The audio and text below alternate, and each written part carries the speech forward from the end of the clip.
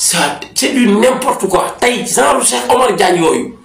ñoom ñoo ne ci yooyu quoi xoolal ma Cheikh Omar Diagne maanaam tuutal gi mu tuutal boppam ak fi mu wàccee boppam. def ay ñaaxum jubóowuñoo ak ñoom déedéet képp ko war a wuy ji na nga wuy ji xolay si génn ci sa yi nga nekk ku lay conseillé na la wax nga génn ci sa yi nga nekk. ba fii ñu toog di wax nii amul benn dërëm buñ ci gagné amul benn poste buñ ci gagné dégg nga maa ngi la koy wax nii seen invitation yi sax invité wuñ. xam nga le droit boo ko tàmmee tàmm nga ko kilifa ku toll ne Adama waroon naa jomb di sàcc 70 000 nañ waxante dëgg. xam da ngay gis en gi mu en Diomaye ak Sonko te dara waralu ko may mun a bu leen fàtte jour bi Sonko waree génn jour boobu la def simulacre dañ ko jam paaka mburu te jour boobu la Sonko waroon génn ci kaso bi.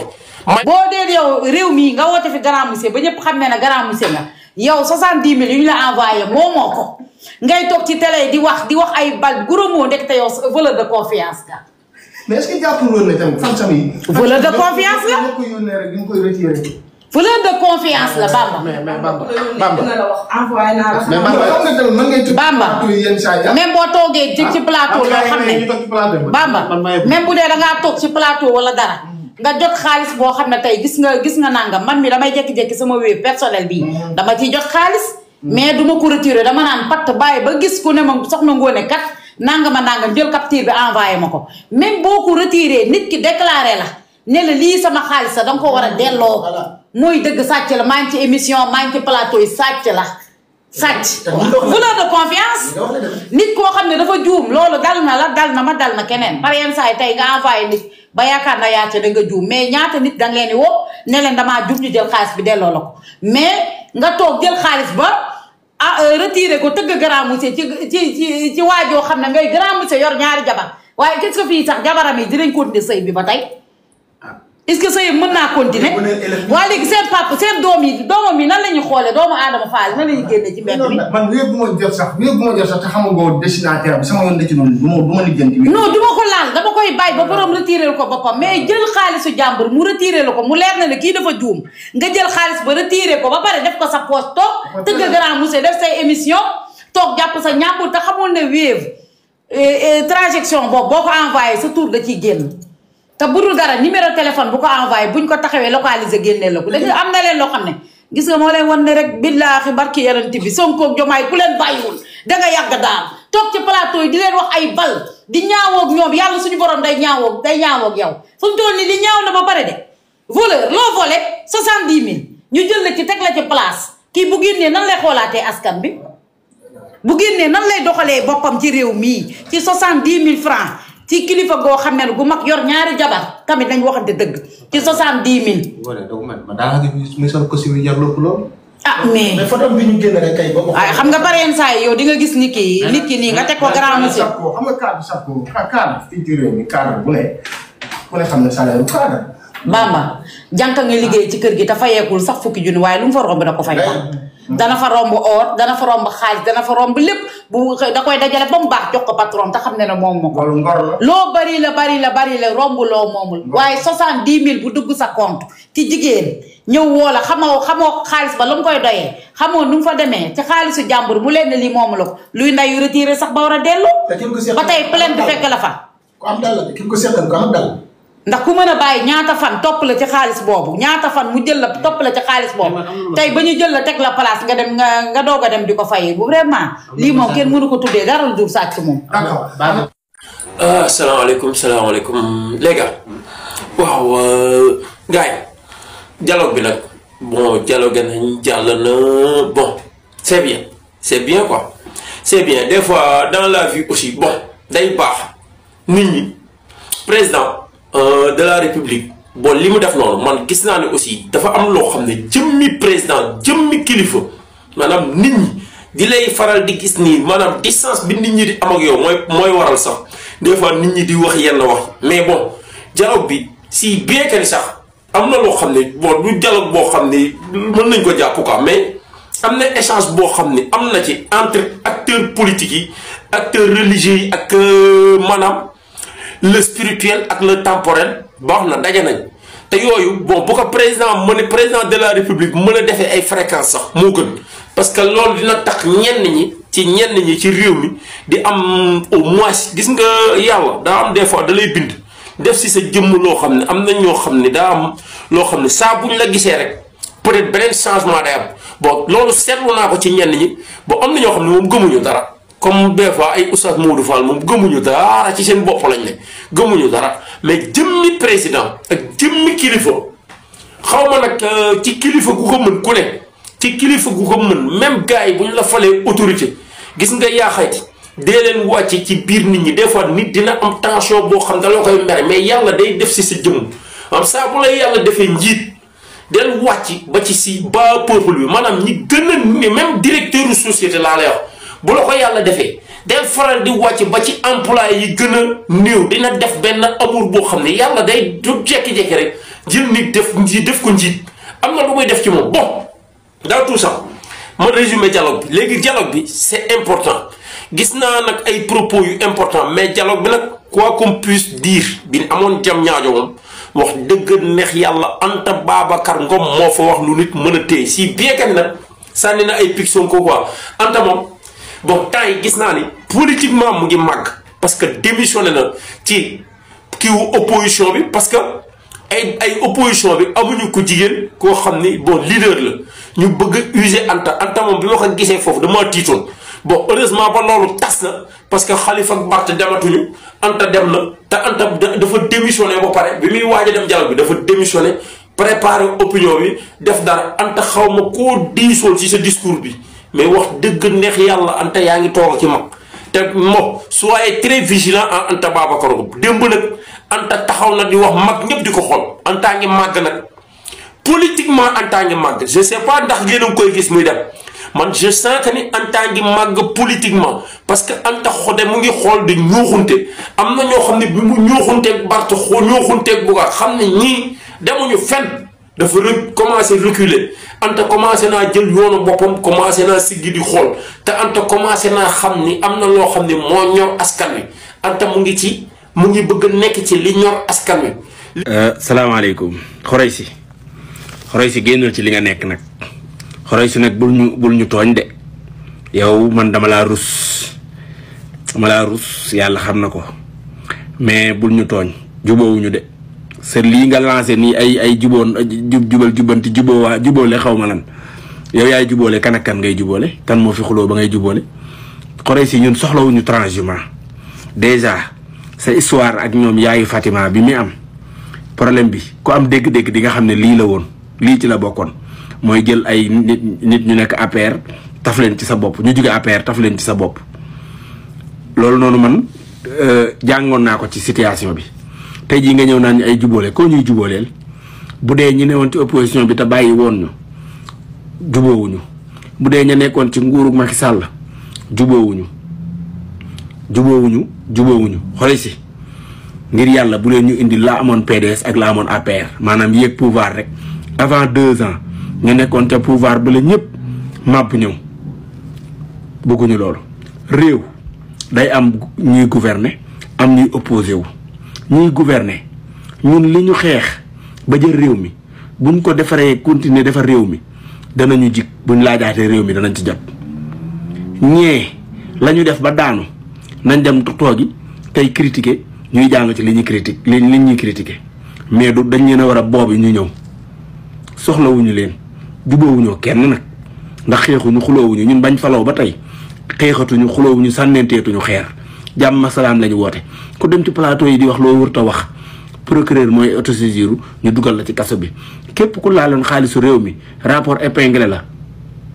dañ lay woo nga ñëw cautionné ñu bala nga dem wala nga dem ci mbaam mi loolu moo fi am jubóowuñu pour ay criminel économique ñoo xam ne dañoo pilier wu xaalisu réew mi sàcc suufu si réew mi def ay njaaxum jubóowuñoo ak ñoom déedéet képp ko war a wuy ji na nga wuy ji Khoureychi génnal ci sa yi nga nekk ku lay conseillé na la wax nga génn ci sa yi nga nekk sinon di nga am problème ak patriote yépp ndax booy sa discours bii ngay tenir nii ay jubóo xamalan booy dégguñu ko de barke yàlla booy dégguñu lii te ku lay conseillé na la wax nga génn ci sa lii nga defar sa ab photo ba toog nii defar ko ba mu jekk nii photo bi rafet na macha allah mais li nga ci bind bëgguñu ko de d'accorduma ak yow. kan léegi nag am na ñoo xam ne ay rancunier lañ am na ñoo xam ne association boo xam ne amuñuy diplôme waajal na ji moom nekkul foxati maire bi mu doon kenn ki moom matul bureau de vote léegi nag ñaar ñooñu nenu baxal ak waa sa waay sa balcon ñooñu anta ñoo ceeku ne léegi nag ñooñu amuñu élément amuñu benn élément la ñu am Abdou Karim Gueye man li ma koy ñaan man maa ngi ñaan journaliste yi maa ngi ñaan képp kuy invité Karim képp kuy invité ci Karim yaa xayti la nga yor kaaminu alxuraan bi tijji kaamin bi ne Karim liiral ma fi benn yow foo yaakaar rek yow journaliste bi jox ko Karim sans pour autant ngeen complot ko tegal ko Karim nga jox ko mu liir kaaminu alxuraan bi Karim faatixa bu dëgër xamu ko ci diine ji Karim mënta tari faatixa bu dëgër Karim boo ko tariloo faatixa bu dëgër da ciy jub Karim xamul fallaxe ak naasi mënu ko Karim xamul dara ci diine ji day sóob te Karim fi mu ne nii boo leen amee seetlu nag Karim commencé nañ ko gérer nickel nag parce que Karim ay sagar la daan sol ay morceau Karim boo seetloo ba démb fi mu kii wu Barthélémy Dias bi Karim xam nga lu mu sol moom ak Barth ñoo ndiroo luñ sol Karim lu weex la sol bu dee jasneer bu weex xaw ma mais en tout cas bon bu dee jasneer wala mbasin naa jàpp ni jasneer bu weex moom la sol Barth ñëw sol grand boubou bi Karim sol xaftaan bi Barth sol grand boubou boo seetloo Karim léegi ñu ngi koy gérer ci solo pour ça Karim moo doon critiquer Ousmane Sonko ni muy solo parce que Karim dof la dof xamul dara Karim dof la léegi Karim Barth mi mu yaakaar ci diine ji Barth démb daa sant yàlla mais julliwul ci yonent bi julliwul ci Eesa julliwul ci maanaam julliwul ci yonent bi julliwul ci Jésus Christ Barth julliwul ci kenn léegi Karim maa ngi koy waxaat léegi moom góor jigéen gi muy wax ni dañ koy condamné homosexuel waaye léegi moom lan moo tax Karim yaakaaru maanaam Karim ci xalaatam yaakaaru ci Bougane yaakaaru ci Barthélémy Dias pour bu ñu faloo ndax Karim présenté na la Bougane loolu ak Barth pour moom ñi muy àndal di leen topp pour bu ñu faloo maanaam ñu criminaliser homosexuel ndax moom de yóbbu na këyit tegal na ko Barth ak Bougane mi àndal ba pare Karim moom dane woon Diomaye waxul auzu billahi mina sheytaani rajim moo taxoon mu bàyyi ko Karim nga waroon fexe bu ñuy ñëw ñuy sol yëri Sénégal di sol style sénégalais ah bu ngay commencé de. kan daal seen daal yooyu daal sénégalais la. mais seen juróo la yooyu ñu mel ne ay julli noonu lan. tenu aar yi yu mu sol. Fallou. Fallou ñii c'est une déception. seen hôtesse yi moom ak El Malick bi. ak Juma gis nga seen daal yi man damay xool damay ree ay di ay nante dañu ay nante xam nga ci xam naa daal yi da nga gis mu nduróo rek ndeysaan la ñu ne ñu soogandoo ko noonu buuju ko xala te xoolal kan mooy nante di ñëw yow dèjà ñun temps booy bi nekk nante boo jël daal sax daal bi soo gisee ñaar sol ko doo ko bëgg yow dégg nga ko de mais on taw lañ amuñu nu mu def. Diomaye mooy Sonko mooy Diomaye mooy El Malick. jar naa tout le monde jox leen seen wàccuwaay mais Abdou Karim Gueye nag franchement léegi da nga réew quoi parce que yow président Diomaye premier ministre El Malick premier ministre Sonko paa bi sax ngi ma yóbbaale ma naan président El Malick mbay peex waaye président Diomaye premier ministre Sonko président assemblée El Malick heure boo génnee di leen teg si ay njuli di leen teg si ay nuróole tey nag dem nga ba ci ay common town sax moom garaawul ndax ñoom bañuñu ko ñoom ay common town la loolu bañuñu ko waaye jikko day wàlle jikko mooy wàlle Barthélémy Dias fu mu mas a toog booy Dakar laa juddoo naanate la léegi nag yow yaa ngi bëgg a àbb waxi Barthélémy Dias jooju léegi dem nga bay xas ñetti institution yi ne ay common town lan comme ay njulli di nróole sa waxu reewande yi ngay wax doo ko bàyyi et puis Karim complexe supériorité boobu yaakaaroon naa ne nekkul ci yow quoi parce que yow da ngay yor ay kuréel di jiite ay mbooloo yow mbooloo yi ngay jiite ay common town na ci ëpp Karim mbooloo yi ngay jiite ay common town na ci ëpp soo wootee ndaje manifestation ña fay ñëw ay common town na ci ëpp kon yow baat yu mel nii warul génn ci yow parce que la plupart ñi doon common town bañuñu ko dañ koy tiitaroo parce que nag fii laa juddoo fii laa yaroo fii laa màggee def fi dara moo ko gën yow Dakar nga juddoo Dakar nga yaroo Dakar nga màggee booy town nga à 200% mais loo fi def lan nga fi tekki ñett ñi ngay wax ay common town lan d'accord même buñ juddoowul Dakar yaroowul Dakar màggewul Dakar ñëw nañ jiite la kon yow juddu gi nga judd Dakar lan la jariñ ak booy town gi nga nekk lan la jariñ wax yu mel ni yaakaaroon naa du génn ci yow quoi du génn ci yow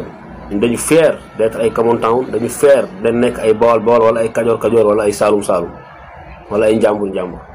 man bañ naa ko ba milieu bu ma toog boo nee ma Kajoor Kajoor damay siggi damay kontaan wane ni man kookoo laa Common Town laa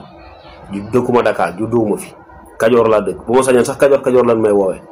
kon naa ko man fier naa ci li ma doon te leer na ma ni noonu la ci Diomaye ak Sonko mel ak ñu bari nag ñi ànd ak yow ci sa kuréel yi nga dem di wax sa wax ji et puis réewante gi moo ma ci gën a kii quoi parce que dem nga ba naan dégg ngeen li mu wax nee na koo xam ne yàlla mayoon na ko bu ne beñe dugub sax ñëpp jëndi beñe dugub kon yàlla mayoon na ko kon ça veut dire que Sonko li mu amoon sax amatu ko foofu la bëgg a waxee Sonko li mu amoon amatu ko waaw ñii respecté leen ñii ay institution lan Sonko doontul Sonko ma nga xamoon El Malick doontul El Malick ma nga xamoon président Diomaye doontul président Diomaye ma nga xamoon bu la neexee nag taxi leen lu ne ay wadd ay ngaaka ay lu nekk mais nga jox leen respect da nga leen war a jox respect te yi ngay woote nii nga génn ci waaw complexe supériorité boobu nga ne dañ ciy génn waaw ay fii laa juddoo fii laa yaroo d'accord man Dakar wala mais après yow Dakar waa nga mais après wax yi man nag ci yow kese laay waxuma keneen yow laay waxal parce que yow yaa wax man waa Dakar samay copain lan mais yow mi wax laay tontu gis nga yooyu du sa wax yow ndax yow kii. te Bart moom nga ne Bart nga yaakaar ci diine ji Karim Seck gisaat naa la déggaat naa la nga ne Omar Sow waxul dara ni ñu ko jàppee léegi yow Karim Omar Sow waxul dara ok yow waxal li Omar Sow wax da nga koy répéter à la lettre léegi nag bon ma descendre je descends aussi sur Cheikh Omar Diagne franchement daa am ñoo xam ne man wax dëgg neex yàlla Cheikh Omar Diagne ku ma nawloo la woon ku ma tegoon fenn fi mais Cheikh Omar Diagne daa wàcce ba maanaam adduna xam nga Diomaye mooy président de la république Diomaye mooy président de la république amul Diomaye am ku ko gën a jege koo xam ne def na ak moom ci kaso bi ay ab diir Cheikh Omar Diagne joué ci maayeelu Diomaye ba Diomaye dem ba gëm ko maanaam Diomaye li muy maanaam lépp lu jëm ci këram li muy dundeek li muy budget wu pare maanaam Diomaye mooy signé budget wu Sénégal mais Cheikh Omar Diagne maanaam moom mooy budget wu pare yoroon budget wu pare yor lépp Diomaye lépp lu Diomaye di dunde kaasu ndékki café lépp luy pale bi di soxla Cheikh Omar Diagne moo ko yoroon jëm ba gérer ko maanaam Cheikh Omar Diagne di sàggan maanaam di nelaw di nekk ci ay détails di jaay grande gueule ba Cheikh Omar Diagne saraxa boppam tey Cheikh Omar Diagne li muy réclame mooy kenn invité wu ko ci dialogue maanaam Cheikh Omar Diagne yow koo xam ne pale nga nekkoon léegi yow daanaka loolu sax carton yi yaa ko waroon yor doon invité di def lu ne yow ote lépp lu jëm ci état yow lañ doon sollicité léegi yow nga dem ba benn instant nga saraxa sa bopp ba nga xam ne ci ay détails yoo xam ne di contrecarrer président ci ay wax wala ci ay émission léegi yow amatoo Cheikh Omar Diagne amatoo benn fonction gars yi ngay critiquer nii ñoom ay chroniqueur lañ yow actuellement chroniqueur nga tout comme ñoom Cheikh Omar Diagne il s'est réclamé professeur Cheikh Omar Diagne kenn gisu ko université bu muy jàngale Cheikh Omar Diagne c'est-à-dire gis nga Sénégal gars yi ñenn ñi ñoo war a bàyyi di nax ñenn ñi gis nga Cheikh Omar Diagne bon man awma benn problème ak yow mais problème bi mooy nit du nax boppam nit mën ngaa moomu yeewoo ba dugg pale ba yor lépp Diomaye yor lépp Sénégal yow nga yor lépp Diomaye wax dëgg neex yàlla dem ba tey jii maanaam benn carte invitation moom ci nga nekk di kaas parce que invité wuñu la wax dëgg neex yàlla war ngaa xoolaat sa bopp war ngaa taxaw nga yeddaat sa bopp parce que am na yoo xam ne maanaam bëgg wax ak bëgg di jaay yoo xam ni maanaam daa am nit ñoo xam ni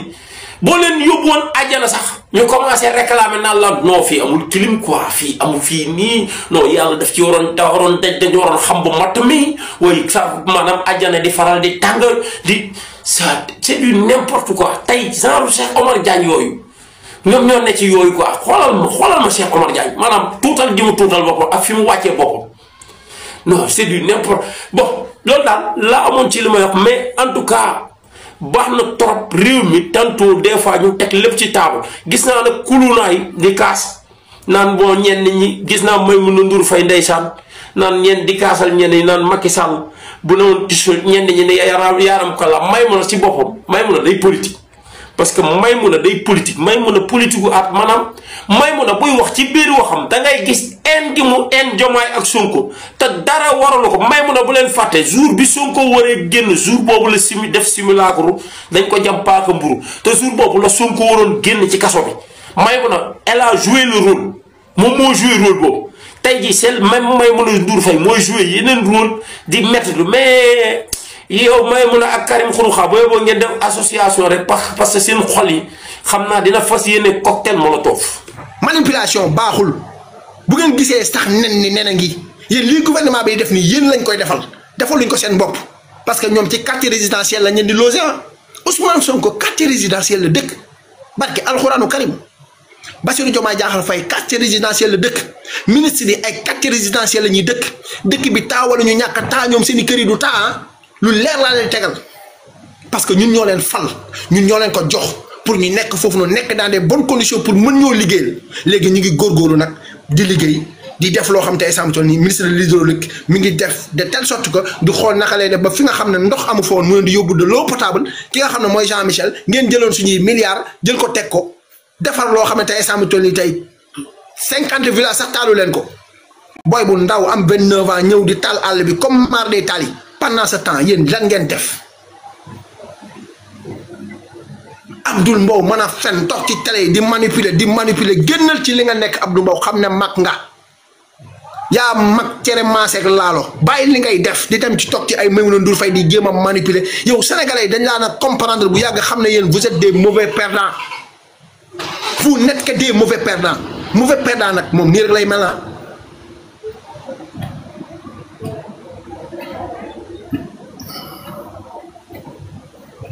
vous n'êtes que des mauvais perdants kese ngeen parce que mauvais perdant mënut a weesu ñu yox la 51 000 milliards de budget pendant 12 ans puusoo paasoo lan ngeen fi nekkee papa yaay doom milliards yi sa goro marché tubaab bi sa doomu tante bi nekk fa la jox ko ay milliards mu jël dugal ci poosam sa goro bi nekk fa la ne rek dóor benn ay milliards ñu wax ñu ne non ba ma ko waxee dem porte la plainte loolu ngeen fi nekkee woon di dina si Faye Sall après ngeen ne kenn du ko wax ay Sénégalais ñooy taxaw ak man di ma saaga bu ngeen di saaga leen day Macky Sall yéen moom ngeen war a saaga moom mi nga xam moom ngeen dénkoon moom la ñu dénkoon moom ngeen war a dem ngeen saaga ji ko mais du man ngeen di saaga parce que man ngeen saaga ma wàññiwu ma cetteel parce que dénku leen ma dara ci dëkk bi man li may di wax ni c'est des faits dem leen ngeen saaga ji Macky Sall parce que moom moo jël Sénégal yóbbu ko foo xam ne ñun war nañ ko mën a laaj suñu xaalis ba ay rapport génn épingle ay ministre am te moom moo nekkoon le président de la république kon bu ngeen di saaga moom ngeen dem saaga ji mais pas man mii parce que man déggu leen ma dara man maag yéen ñoo ci yem am nañu droit nag laajte ñun ñoo am droit laajte par force yéen tey instant bi ñu toll nii tey dañoo war a toog jàpp leen benn par benn bu ñu meloon ne Macky Sall tey dañoo war a jàpp benn par benn di leen dugal ci kaso bi ñu leen di woo ci ay dialogue di leen di woo ci ay waxtaan naka lañ def pour réconcilier wu patriote yi seen xol di métti parce que dañoo yaakaar ne carrément ne justice amagul te justice mi ngi am xam nga affaire yi xaw a mel ne lu yéex te gars yi ñu ngi liggéey ñu am ci loolu yëpp yéen ngeen am ci benn affaire boobu ba pare bëgg a toog fi ni di ñu jéem a jaay réew te ngeen a nekk ay nit te ngeen a jéem a nekk ay nit ngeen génn ci lu ngeen nekk nii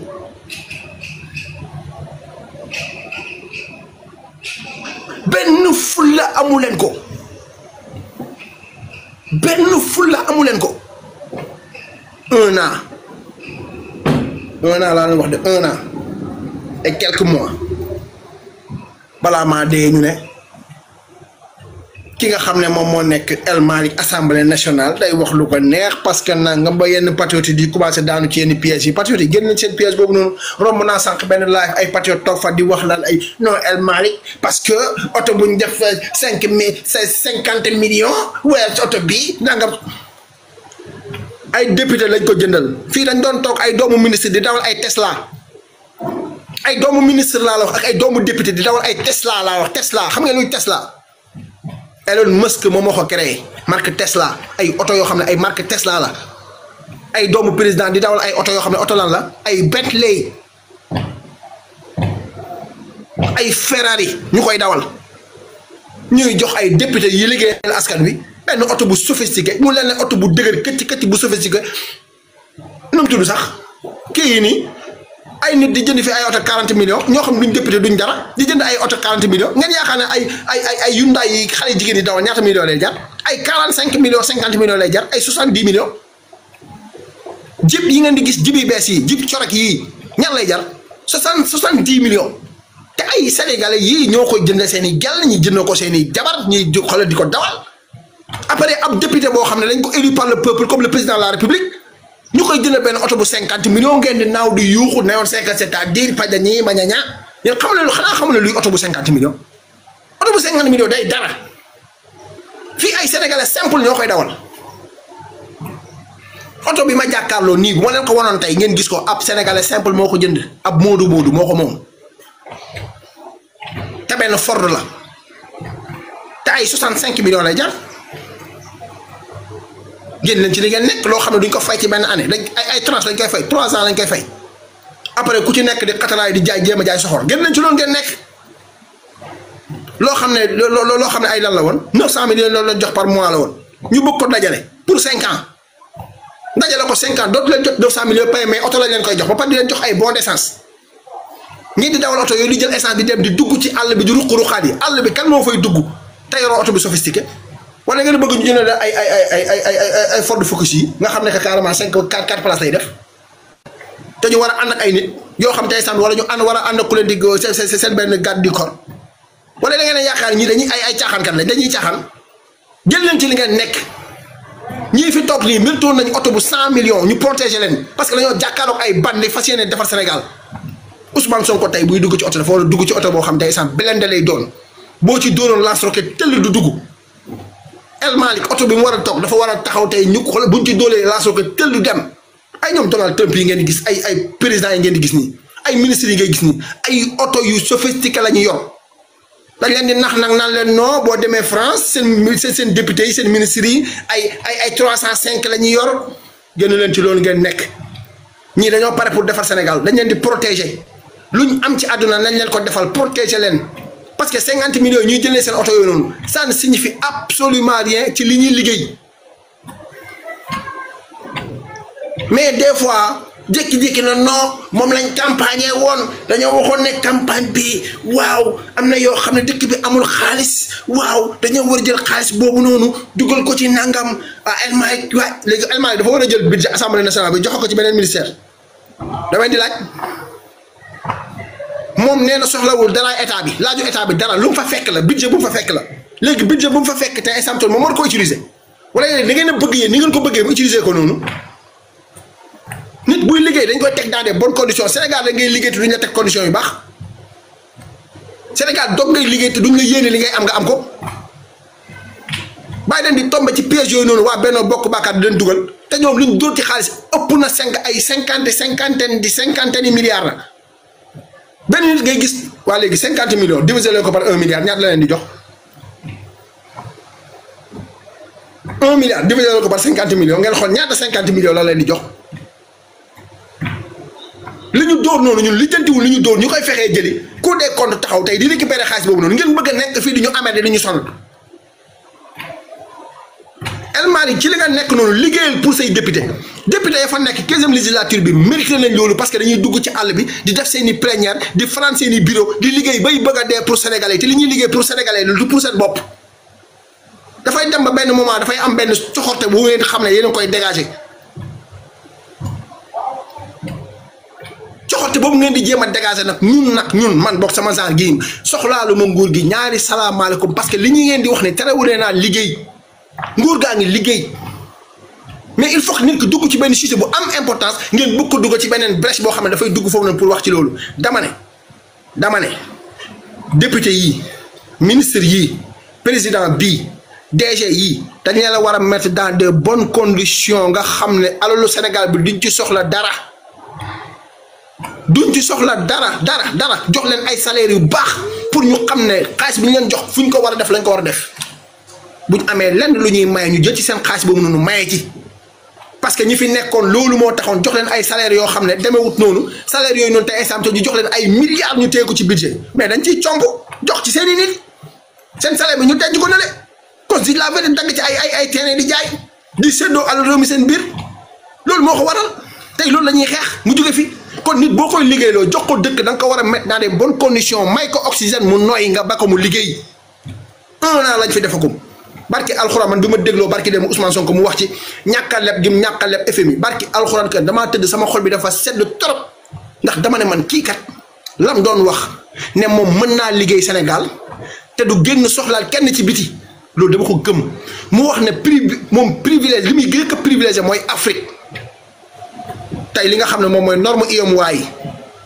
ay levée de fonds war a am Afrique ñun ñëpp ñu bokk UEMOA ñu bokk ay banque bokk ay assurance mu la nekk carrément tey bu ñu defee levée de fonds banque yooyu noonu mën nañ cee participer yeeraa ngay duul di dajale di fen déglu benn Pape Malick Ndour bi nga xam ne ay tolok madda nekk ci bopp bi amul xam-xam c'est un nit ko amul xel la parce que du xalaat ndax ba yéen ba mu leen taxawee ne leen ba mu taxawee ne leen dañuy defar contre rapport pour rapport bi nga xam ne moom la Cour des comptes defar boobu ngeen ko war na wax ne Malick demal nga toog contre rapport koo koy jox boo defaree contre rapport koo koy yónnee bu leen FMI ngeen ko nokkul fële nga toog ci xaj. tiktokeur yi dëkk Touba xamul leen daal xamul dañoo dëgg liggéey jàmbur xaw ma. salaamaaleykum gars yi avocat Sonko la gars yi dialogue démb bi jàll na dialogue bu neex nag réussir gis naa nag moo am ay dof ñoo xamante ne nii ñàkk convocation wu Cheikh Omar Diagne bi ñu ngi ko jël bëgg koo def kii gis naa ci benn saytaane Touba la dëkk kooku moom saytaane la dof pro max plus saytaane gis naa ko mu naan Cheikh Omar Diagne dañ doon ragalante ginnaaw te fi ñu ragalante ginnaaw kuy wax dëgg amu fa place jéema la soppeeku defal sa bopp nit saytaane nga torop Cheikh Omar Diagne kan moo leen wax fàtte wuñu ko kan moo leen wax tamit ne leen enveloppe am dem na da cay jotul kan moo leen wax loolu Cheikh Omar Diagne moog Jomaay réeroowunu moog Sonko amuñu benn problème Cheikh Omar Diagne gisuma fu mu toog di yàq gouvernement bi malgré man Cheikh Omar Diagne man ànduma ak moom ku ne xam na ne dama koo contre bugguma mu jege sax suñ projet mais il y a des gens de mauvaise foi ñoo xamante ne nii maanaam duñ xalaat lu baax te duñ ko wax. dialogue bi réussir na Cheikh Omar Diagne sax lu rafet la ci wax yéen ngeen génn ngeen ni yéen a koy waxal lu ñaaw sa soppi leen seen jikko ni ngeen mel baaxut yow moomu dëkk Touba yow ku war a defaraat sa toogaay nga yow léegi TikTok bi jaxase rek nga fi nekkee jaxase rek nga fi nekkee doon nga fi jaxase magi Pastef Touba yi ak waa Pastef Touba te affaire billet Màkka yi jàllul Cheikh Omar Diagne sax dégg naa nga wax ba tudd ay billet Màkka naan ko billet Màkka yi sax daa mel ne amoo ci Cheikh Omar Diagne moo la wax daa bëgg billet Màkka ñëpp dañoo mel comme yow xiif tiit ñëpp dañoo mel ne yow xiif tiit ñëpp dañoo mel ne yow di dox ci intérêt waaye yemal waay régleel nga doonum nit te bàyyi jaxase temps yi daal yow jaxase nga jël adopté ko daal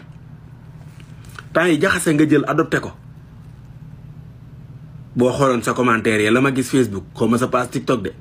mais Facebook vidéo ba nga fa dugal sa commentaire yi boo ko xooloon rek di nga xam ne yow ku war a soppiku nga ndax kenn nit laa gis ko ànd ak yow kenn nit kese laa gis mu rafetlu mu ne la merci ñi ci des ñépp saytaane nga dof nga rek lan lay wax nga yaakaar ne yaa moom booy gi waxi dof kon gars yi dëkk Touba moom temps yi xaw ma lu leen dal rek ñi dëkk Touba moom temps yi tiktokeur yi dëkk Touba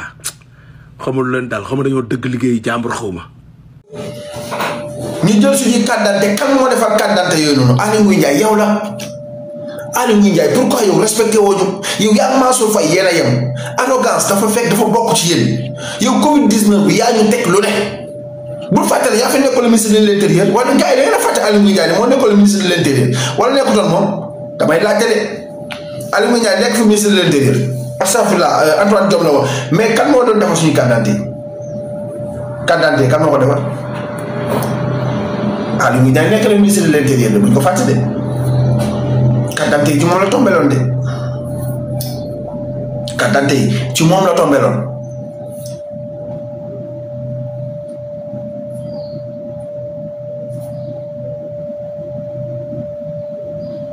yow tey instant mi toll yow ñun ñoo war a wax yow war a wax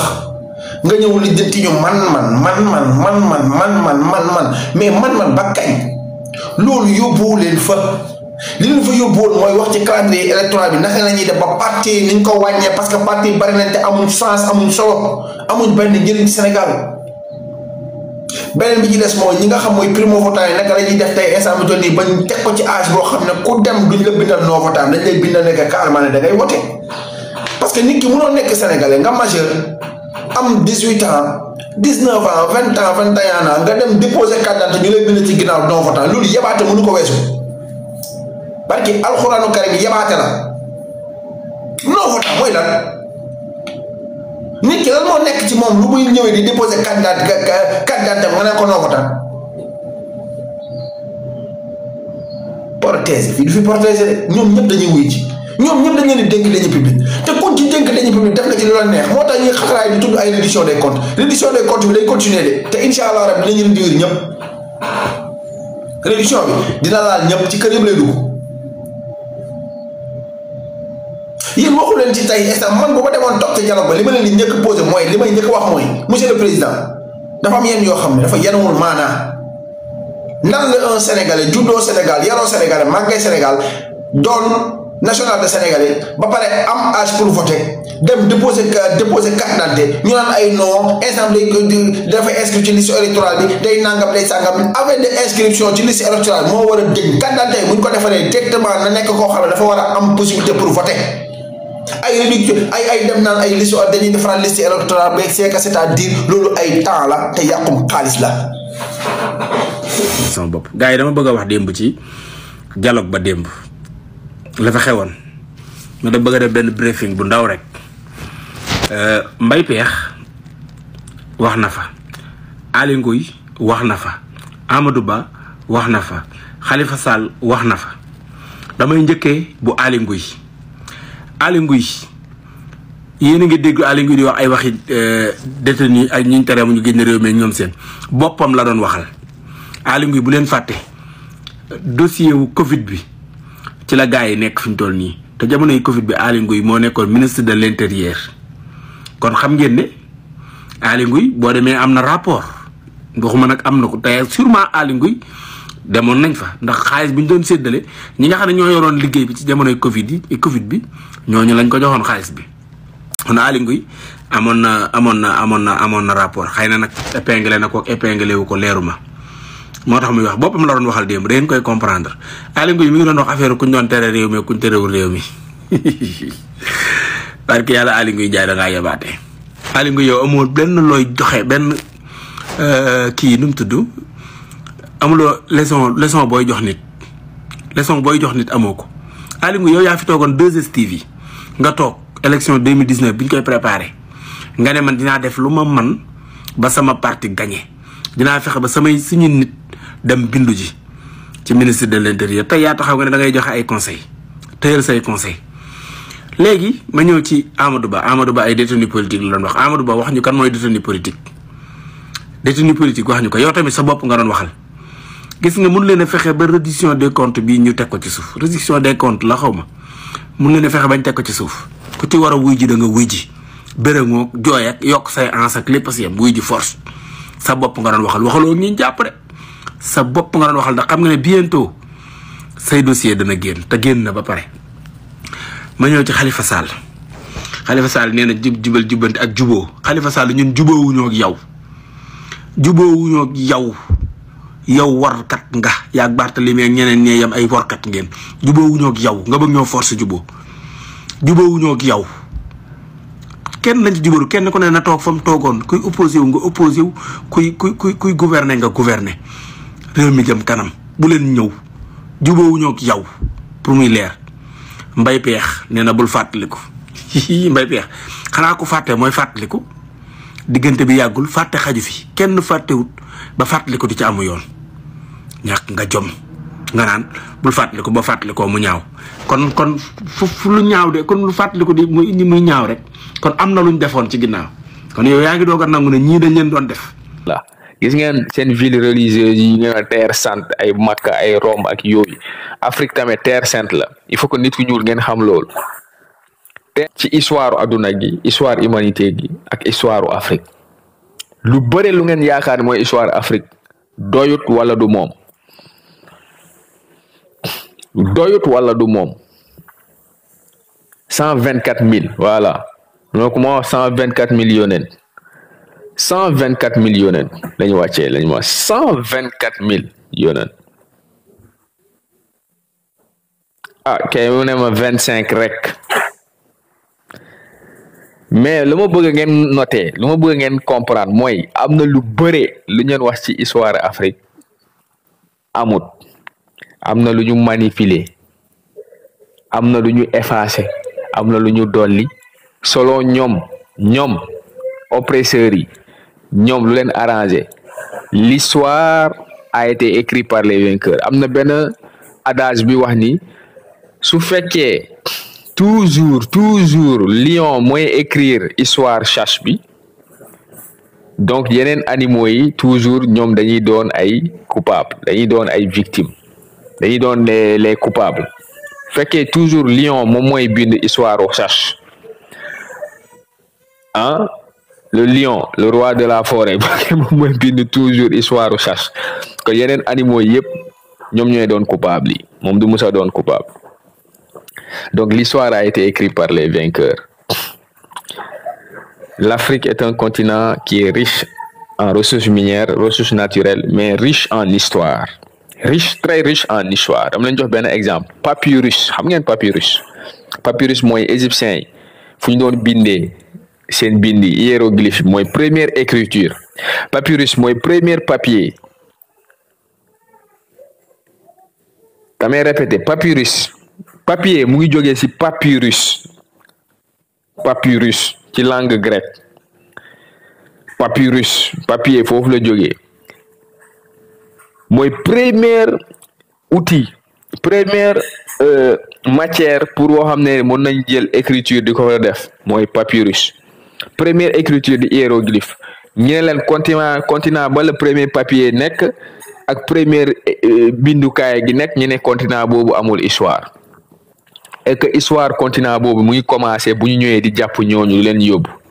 c'est-à-dire histoire Afrique mu ngi commencé ci esclavage bu ñuy jàpp suñu maam foofu la histoire Afrique commencé ndeysaan africain yëpp gëm tàmmale ko ci seeni intellectuels yi seen professeurs yi nekk seen université yëpp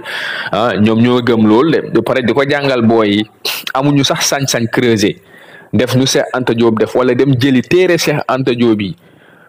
alléger textes yi parce que c'est des textes scientifiques. jéem ko jox benn littérature bu légère pour jàngal ko booy ci école yi pour que ñu xam ni histoire Afrique c'est bien avant l'esclavage et que mooy berceau de toutes les civilisations le berceau de l'humanité